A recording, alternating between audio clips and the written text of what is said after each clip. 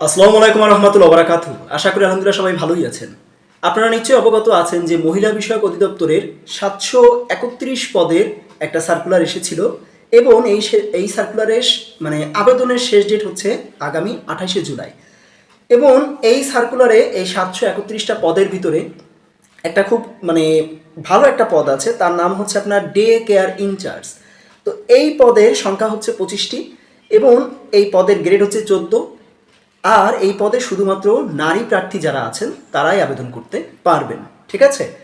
এখন এই পদে আবেদনের যোগ্যতা হিসেবে এইচএসসি পাস চেয়েছে, প্লাস যদি কারোর এইচএসসি পাস না থেকে থাকে তাহলে যদি সে এসএসসি পাস করে থাকে তো ওই এসএসসি পাসের সাথে নার্সিংয়ের যদি তার ডিগ্রি থাকে বা এসএসসি পাসের সাথে নার্সিং ডিগ্রি থাকতে হবে, অথবা শিশুর যত্নের উপরে তার অভিজ্ঞতা থাকতে হবে। এই যদি তার যোগ্যতা হয় তাহলেই তারা এই পদের জন্য আবেদন করতে পারবেন।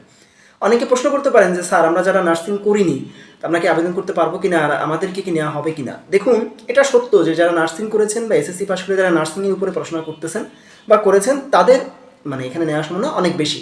কিন্তু এরকম করে সাধারণত এই ধরনের ডে কেয়ার ইনচার্জ পদের পরীক্ষায় টেকাও তো অনেক বিষয়, কারণ এসএসসি পাস কোথায় আর ইন্টার পাস কোথায়, বিষয় কিন্তু এরকম। কথা শুনলে খারাপ লাগে কিন্তু বিষয় কিন্তু এরকম। তার মানে এখানে আপনি বলতে পারেন যে আপনাদের 50-50 চান্স। তারপরে নর্মাল যারা আছেন তাদের 50, আর যারা আপনার এই ধরনের অভিজ্ঞতা সম্পন্ন আছেন তাদের 50। অর্থাৎ এইভাবেই এই 25টা পদকে আপনি ভাগ করতে পারেন, ঠিক আছে। এখন বিষয় হচ্ছে এই যে চাকরিটা, এই চাকরিটার আপনার কাজ কি, এই চাকরির প্রমোশন কেমন এবং এই চাকরির সুযোগ সুবিধাটা কি, এই নিয়েই মূলত আমার আলোচনা। একটু মন দিয়ে শুনুন, কারণ চাকরিটা যেহেতু খুব ভালো চাকরি এবং আপনাদের নারীরাই শুধু যেহেতু আবেদন করবেন, সেক্ষেত্রে এখানে চান্স পাওয়ার সম্ভাবনা অনেক বেশি ভালোভাবে পরীক্ষাটা দিতে পারলে। তো একটু খেয়াল করেন এই চাকরির আপনার কাজগুলো কী কী, একটু খেয়াল করেন। অবশ্য কাজে যাওয়ার আগে সবার আগে আপনাদের একটু বলে রাখি, এই যে ডে কেয়ার ইনচার্জ, এই ডে কেয়ারগুলো কোনগুলাতে আপনাদের আপনাদের চাকরিটা হবে আর কি। দেখুন, ঢাকা শহর সহ দেশের প্রায় অনেকগুলো শহরে আপনার এই ডে কেয়ার আছে এবং বলতে পারেন যে 63টিরও বেশি যে সরকারি শিশু দিবাযত্ন কেন্দ্র বা ডেইলি ডে কেয়ার বা ধরেন ডে কেয়ার সেন্টার, এইগুলা কিন্তু সারা বাংলাদেশে পরিচালিত হচ্ছে। তো ঢাকা শহরের প্রধান প্রধান যেসব ডে কেয়ার সেন্টারগুলো আছে সেগুলো একটু খেয়াল করেন। তা হচ্ছে সচিবালয় ডে কেয়ার সেন্টার, তারপর হচ্ছে Azimpur day care centre, Mirpur day care centre, Eskaton day care centre, Khilgaon day care centre, Rampura শিশু দিবাযত্ন কেন্দ্র বা ডে কেয়ার সেন্টার, ফরিদাবাদ শিশু দিবাযত্ন কেন্দ্র এটাও ঢাকাতে, মোহাম্মদপুর শিশু দিবাযত্ন কেন্দ্র ঢাকাতে, কামরাঙ্গীচর ডে কেয়ার সেন্টার, এগুলো হচ্ছে ঢাকার ভিতরে। এর পাশাপাশি সরকারি বিভিন্ন দপ্তরের স্থাপিত বিশেষ ডে কেয়ার সেন্টার আছে, একটু খেয়াল করেন সেগুলো কোনগুলো। যেমন বাংলাদেশ সরকারি কর্ম কমিশন অর্থাৎ বিপিএসসি সচিবালয়, এখানে ডে কেয়ার সেন্টার আছে। নির্বাচন কমিশনারে আছে, ওখানে সচিবালয় সেখানে আছে। ভূমি ভবন ও সমবায় ভবনে ডে কেয়ার সেন্টার আছে। সড়ক ভবন ও পানি ভবনে আছে। স্পেশাল ব্রাঞ্চ আছে এসবি পুলিশের, সেখানে ডে কেয়ার সেন্টার আছে। রাজারবাগ যে ডে কেয়ার সেন্টার সেখানে আছে ডিএমপি অর্থাৎ আপনার পুলিশের। এর পাশাপাশি ঢাকার বাইরেও বিভিন্ন জেলায় এই ডে কেয়ার সেন্টার অবস্থিত, একটু খেয়াল করেন। যেমন হচ্ছে গাজীপুর ও টঙ্গী যে ডে কেয়ার সেন্টার সেটা, নারায়ণগঞ্জ শিশু দিবাযত্ন কেন্দ্র, রংপুর ও নওগাঁ শিশু দিবাযত্ন কেন্দ্র, চাঁদপুর ও নোয়াখালী শিশু দিবাযত্ন কেন্দ্র, টাঙ্গাইল ও গোপালগঞ্জ শিশু দিবাযত্ন কেন্দ্র, কক্সবাজার ও গাইবান্ধা শিশু দিবাযত্ন কেন্দ্র, অর্থাৎ ডে কেয়ার সেন্টার বাচ্চাদের জন্য। এইগুলো তো আছেই, এর পাশাপাশি জাতীয় মহিলা সংস্থা যেটা আছে তার অধীনেও অনেকগুলো ডে কেয়ার সেন্টার আছে। এখন এই আপনার যদি চাকরি হয় তাহলে এই ধরনের ডে কেয়ার সেন্টার যেগুলো আছে সেগুলোর মধ্যে হওয়ার সম্ভাবনা অনেক বেশি। অর্থাৎ সেক্ষেত্রে আপনি ঠিক কোথায় চাকরি হবে এটা বলা যাচ্ছে না। নিজ জেলা বা উপজেলার মধ্যে যদি কোনো ডে কেয়ার সেন্টার থেকে থাকে সেটা তো হলো, যদি আপনার মেধা তালিকা ভালো থাকে তাহলে আপনি সেখানেও পাবেন। তা না হলে ঢাকা বা দেশের এই 63টা যে ডে কেয়ার সেন্টার আছে 63টিরও বেশি, এখানে আপনার চান্স হয়ে যাওয়ার সম্ভাবনা আছে। এখন কাজ যেগুলো, আপনি কাজ কী কী করবেন খেয়াল করুন। প্রথম কাজই হচ্ছে আপনার শিশুর যত্ন ও নিরাপত্তা নিশ্চিত করা, বুঝতে পেরেছেন।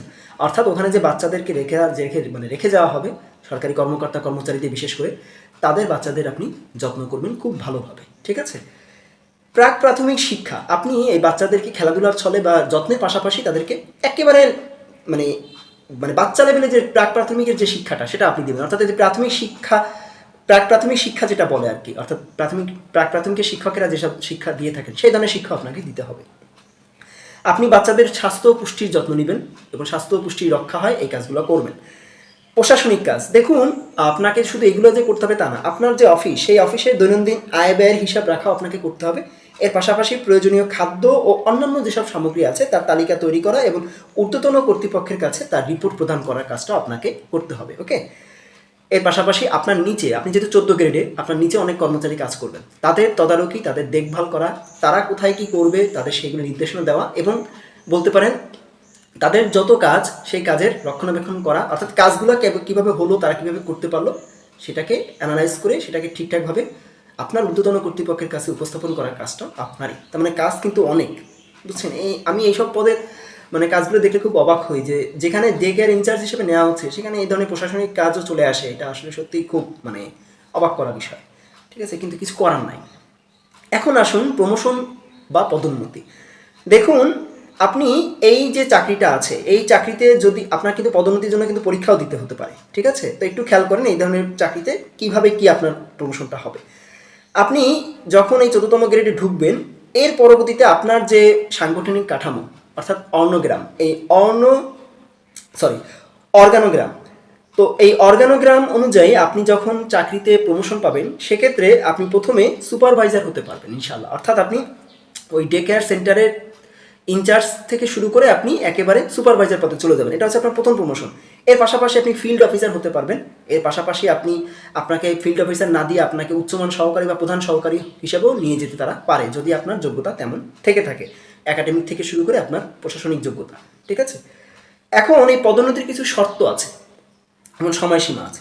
দেখুন, চাকরির মেয়াদ যদি আপনার 3 থেকে 5 বছর না হয় এবং আপনি যদি সন্তোষজনকভাবে 3 থেকে 5 বছর চাকরি না করতে পারেন, অর্থাৎ চাকরি স্থায়ী অন্তত না হওয়া পর্যন্ত প্লাস আরও 2 বছর, তাহলে কিন্তু আপনার কোনোভাবেই আপনি পদোন্নতি পেয়ে আপনার 12 বা 11 গ্রেডে যেতে পারবেন না, বুঝতে পেরেছেন। আচ্ছা, এর পাশাপাশি আপনার এসিআর তো আছে, ওই এসিআর আপনার ঠিকঠাক হতে হবে, যেহেতু আপনার কাজটা হচ্ছে একেবারে বাচ্চাদেরকে সন্তুষ্ট রাখার কাজ বা বাচ্চাদের দেখভাল করার কাজ। সেক্ষেত্রে কিন্তু এসিআরটা আপনার বেলায় কিন্তু খুব জটিল হবে। তার মানে আপনার কিন্তু অনেক প্রতিদ্বন্দ্বী থাকবে। তো দেখা যাবে যে আপনার ঊর্ধ্বতন কর্তৃপক্ষ মানে কাজের সন্তুষ্টি যদি আপনার মাধ্যমে না পান, অর্থাৎ আপনাকে যদি দিয়ে তার সন্তুষ্টি আদান না হয় বা প্রদান না হয়, যেটাই বলেন মানে সন্তুষ্টি যদি সে যদি সন্তুষ্ট না হয়, আপনি কোনোভাবেই মানে এসিআরে ভালো রিপোর্ট পাবেন না এবং আপনার কিন্তু চাকরি প্রমোশন হওয়া খুব টাফ হয়ে যাবে, ঠিক আছে। তো এইটা একটু ভালো রাখতে মানে ভালো থাকতে হবে আর কি, এটা দরকার পড়বে প্রমোশন পাওয়ার জন্য। এর পাশাপাশি আপনাকে বিভাগীয় বিভিন্ন ধরনের পরীক্ষা দিয়ে আপনার ওই বিভাগীয় কোটায় আপনাকে প্রমোশন দেওয়া হবে, বা আপনি যদি প্রমোশন পেতে চান তাহলে বিভাগীয় পরীক্ষাগুলো আপনাকে দিতে হতে পারে। আচ্ছা, তো এই গেল বিষয়। আর শেষ কথা হচ্ছে, যদি আপনাদের মানে আরও ভালো ডিগ্রি থেকে থাকে, ধরেন অনার্স বা স্নাতকোত্তর মানে মাস্টার্স, তাহলে আপনারা 10ম গ্রেডেও যেতে পারবেন ইনশাআল্লাহ, বুঝতে পেরেছেন। তার মানে আপনাদের কিন্তু অনেক সুযোগ আছে উপরে যাওয়ার। ওকে, এর পাশাপাশি আপনারা টাইম স্কেল পেতে পারবেন এবং উচ্চতর গ্রেডেও এর পাশাপাশি যেতে পারবেন। তার মানে চাকরি স্থায়ী হওয়ার পর 10 বছর যদি আপনি সন্তোষজনকভাবে চাকরি করতে পারেন তাহলে আপনি টাইম স্কেল পাবেন ইনশাল্লাহ, ঠিক আছে। এর পাশাপাশি আপনি যদি 6 বছর ঠিকঠাকভাবে চাকরি করতে পারেন তাহলে আপনার জন্য উচ্চতর গ্রেড যেটা, অর্থাৎ আপনার সরাসরি উচ্চতর গ্রেড, সেটাও আপনি পেয়ে যাবেন ইনশাল্লাহ। ওকে, তো এই গেল হচ্ছে চাকরির প্রমোশন সুবিধা। এখন আসেন হচ্ছে এই চাকরির মানে এত প্রমোশনের কথা বললাম, এবার আসেন চাকরির সুবিধা আর কি এবং অসুবিধা। খেয়াল করেন, আপনি এখানে যখন কাজ করবেন তখন কিন্তু সরকারি কর্মচারী প্লাস কর্মকর্তা বড় বড় যারা পদে যারা আছেন তাদের বাচ্চাদের কিন্তু দেখাশোনা করার দায়িত্ব হচ্ছে আপনার। তাই যদি হয় তাহলে কিন্তু বড় বড় এই সব কর্মকর্তা কর্মচারীদের সাথে কিন্তু আপনার যদি ওঠা বসা চলে, তো সমাজে আপনার একটা ভালো অবস্থান তৈরি হবে, বুঝতে পেরেছেন। প্লাস সমাজসেবামূলক কাজও হবে, প্লাস আপনার পরবর্তীতে আপনার নানা ধরনের চাকরিজনিত যে ধরনের কোনো জটিলতা যদি আপনার সৃষ্টি হয়, সেই জটিলতা থেকেও আপনি মানে উদ্ধার পেতে পারবেন এইসব কর্মকর্তা কর্মচারীদের সাথে যদি আপনার যোগাযোগ ভালো থাকে, ঠিক আছে। এর পাশাপাশি নিরাপদ কর্মপরিবেশ। আপনি যেহেতু এখানে বাচ্চাদের দেখাশোনা করবেন, আপনার জন্য খুব সুন্দর একটা অফিস রুম বা আপনার জন্য সুন্দর একটা রুম তৈরি করে দেওয়া হবে। ওই নিরাপদ পরিবেশে বসেই আপনি কাজটা করতে পারবেন, আপনার কোনো সমস্যা নাই। এর পাশাপাশি সুনির্দিষ্ট কর্মঘণ্টা, অর্থাৎ মানে কাজ কিন্তু খুব জটিল না, বুঝতে পেরেছেন। তার মানে আপনার মানে কাজ জটিল বাট আপনার যে কর্মপরিবেশ সেটা ভালো, প্লাস আপনার কিন্তু কাজের টাইম অতিরিক্ত না, অর্থাৎ আপনি মানে সকাল 8:30 থেকে শুরু করে বিকাল 5:30 পর্যন্তই আপনার কাজ, এরপরে আর কোনো কাজ নাই। এরপরে যার বাচ্চাদের নিয়ে সরকারি কর্মকর্তা কর্মচারীরা আপনার কাছ থেকে নিয়ে তারা চলে যাবেন, বুঝতে পেরেছেন। আচ্ছা, এবং সরকারি যত সুযোগ সুবিধা আছে এগুলো তো আপনি পাবেনই, এটা তো নতুন করে বলার কিছু নয়, সরকারি চাকরিতে যেটা হয় আর কি, ঠিক আছে, এগুলো আপনি পাবেন। এর পাশাপাশি পাশাপাশি যে আরেকটা যে সবচেয়ে মানে বড় যে সুবিধা সেটা হচ্ছে, দেখেন আপনি যখনই এনাদের সাথে উঠবস করবেন এইসব বড় বড় সরকারি কর্মকর্তা কর্মচারীদের সাথে, দেখবেন সামাজিক যে মর্যাদা তৈরি হয়েছে সেখানে আপনার পরিবারে যারা আছেন আর কি, আপনার পরিবারে যেসব সদস্য বা আপনার বাচ্চা কাচ্চারা, তাদেরকেও কিন্তু সমাজে অনেক বড় একটা মানে ভালো চোখে দেখা হবে আর কি। তো এটা কিন্তু আপনার অনেক বড় একটা প্লাস পয়েন্ট, যেহেতু আপনি অন্যদের বাচ্চাদের দেখাশোনা করেন, সেক্ষেত্রে আপনাদের বাচ্চাদেরকেও মানে একাডেমিকভাবে বা না সামাজিকভাবে আপনাদের তাদেরকেই খুব ভালো সম্মান দেওয়া হবে, ঠিক আছে। এর পাশাপাশি যদি আপনার নিজের বাচ্চা থেকে থাকে এবং আপনি যদি সেটা পারেন, তো আপনি আপনার নিজের বাচ্চাকেও আপনার অফিসের মধ্যে নিয়ে আসতে পারবেন, ঠিক আছে, দেখাশোনা করার জন্য। এটাও কিন্তু সম্ভব। আপনি যদি আপনার কর্তৃপক্ষের সাথে কথা বলেন, ঊর্ধ্বতন কর্তৃপক্ষের সাথে, তারা এটাকে অ্যালাউ করার সম্ভাবনায় সবচেয়ে বেশি। এভাবেই কিন্তু এই চাকরিগুলো হয় আর কি, কারণ অন্যের বাচ্চা দেখতে যে নিজের বাচ্চা তো দেখার সময় হয় না, তাই না? তো সেটা কীভাবে হবে? ওকে, তো এটাও কিন্তু সম্ভব। এবার আসলে হচ্ছে চাকরির অসুবিধা। তো দেখেন, ধৈর্যের পরীক্ষা দিতে হবে আপনাকে অনেক। তার মানে যেহেতু এটা অনেক ধৈর্যের চাকরি, শিশুদের সাথে থাকতে হবে, অনেক বাচ্চা বাচ্চা, অনেক ছোট ছোট শিশু। তো এতগুলা শিশুকে একবারে কন্ট্রোল করা, মেনটেন করা, এটা কিন্তু অনেক টাফ বিষয়। তো আপনাকে ধৈর্যের পরীক্ষা অনেক বেশি দিতে হবে। দায়িত্বের অনেক চাপ থাকবে, অনেক বেশি দায়িত্ব, কারণ যেহেতু এখানে আপনার অফিসিয়াল কাজও আছে, বাচ্চাদের শুধু দেখাশোনা করা না, এদের ইনচার্জের পাশাপাশি আপনাকে প্রশাসনিক দায়িত্ব পালন করতে হবে। তো এত মানসিক চাপ কিন্তু আপনাকে ওভারলোড থাকবে, আপনাকে নিতে হবে। প্রত্যেক সরকারি চাকরিতে এগুলো থাকে, নতুন কিছু না। আর কিছুটা সীমিত প্রমোশন। দেখুন, আপনার এই যে চাকরিটা ডে কেয়ার ইনচার্জ, অর্থাৎ একজন রক্ষণাবেক্ষণকারী, এখান থেকে প্রমোশন পাওয়া কিন্তু টাফ। যদিও প্রমোশন আপনার স্মুথ, কিন্তু সীমিত পরিসরে, অতিরিক্ত পদ কিন্তু থাকবে না এখানে, বুঝতে পেরেছেন? যার কারণে আপনার মানে অনেক প্রতিযোগিতার মধ্য দিয়ে আপনাকে প্রমোশনের মধ্যে যেতে হবে। ওকে, তো এই জিনিসগুলাই ছিল হচ্ছে মেইন আপনার মানে যে সমস্যাগুলো আর কি, চাকরির অসুবিধাগুলো। তো যা হোক, প্রত্যেকটা সরকারি চাকরিতে এগুলো থাকে।